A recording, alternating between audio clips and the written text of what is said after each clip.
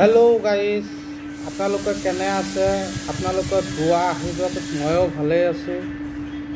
যোৱাকালি ডিব্ৰুগড় আৰক্ষীৰ তাত চুমি বৰা আৰু চুমি বৰাৰ হাজবেণ্ড যাই চেলেণ্ডাৰ কৰিলে। যোৱাকালি কৰিছে।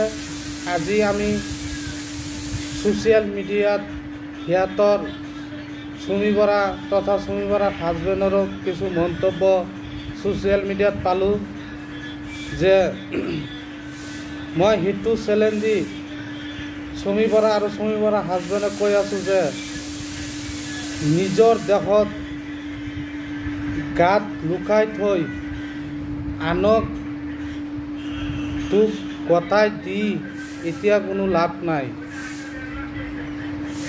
সেইকাৰণে অসমখন তুমি আৰু বিশাল ফুকন আৰু চুমি বৰাৰ হাজবেণ্ড আৰু বিশেষ বহুত কেইজন এটেণ্ডিঙৰ নামত অসমখন যিটো ভিকাৰী বনাইছে, সেই গোটাইকেইটাক মই মোৰ সেইটো চেলেঞ্জ দি আহ্বান জনাই আছোঁ জিপি সিং ছাৰ ডাঙৰীয়াক যে এনেকুৱা শাস্তিমূলক ব্যৱস্থা কৰিব লাগে।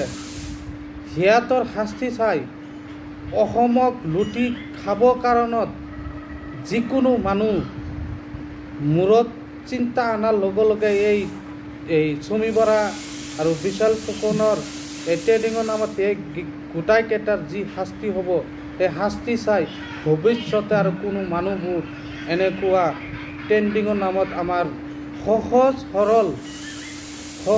সৰল অসমবাসী ৰাইজক কোনোবা আৰু ঠগাব নোৱাৰে। এনেকুৱা শাস্তিমূলক ব্যৱস্থা কৰি দিব লাগে।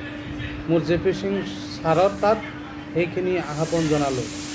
আৰু এতিয়া ছ'চিয়েল মিডিয়াত আহি যেনেকুৱা আমি এই চুমি বৰাৰ হাজবেণ্ডৰ মন্তব্য চালোঁ যে এই বিশাল ফুকনৰ তাত চুমি বৰা হানিমুনত গৈছিল। এই হানিমুনত যোৱাৰ সময়ত বোলে সি বোলে সময় কিবা কামত সময় পোৱা নাই।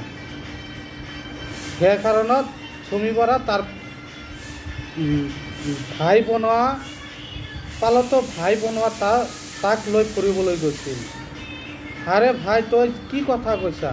তই তাৰ হাজবেণ্ড হয়, তই টাইম পোৱা নাই, এইটো কি কথা কবি? তাই অকলে এটা পালতো ভায়েকৰ লগত তই নিজৰ হাজবেণ্ডটো ইমান দূৰত হানিমুনত পঠাবি নেকি?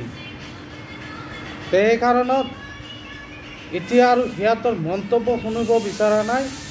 অসম চৰকাৰ তথা জিপি সিং ডাঙৰীয়াক মোৰ সেইটো চেলেঞ্জ আহ্বান জনাইছোঁ। সেই গোটাই ট্ৰেণ্ডিঙৰ নামত যিমানকেইটা আসামী আছে সেইকেইটাক ইমান কঠোৰ শাস্তি প্ৰদান কৰিবৰ কাৰণত মই ৰাষ্ট্ৰীয় কাউন্সিলৰ পৰা আহ্বান জনালোঁ। ধন্যবাদ।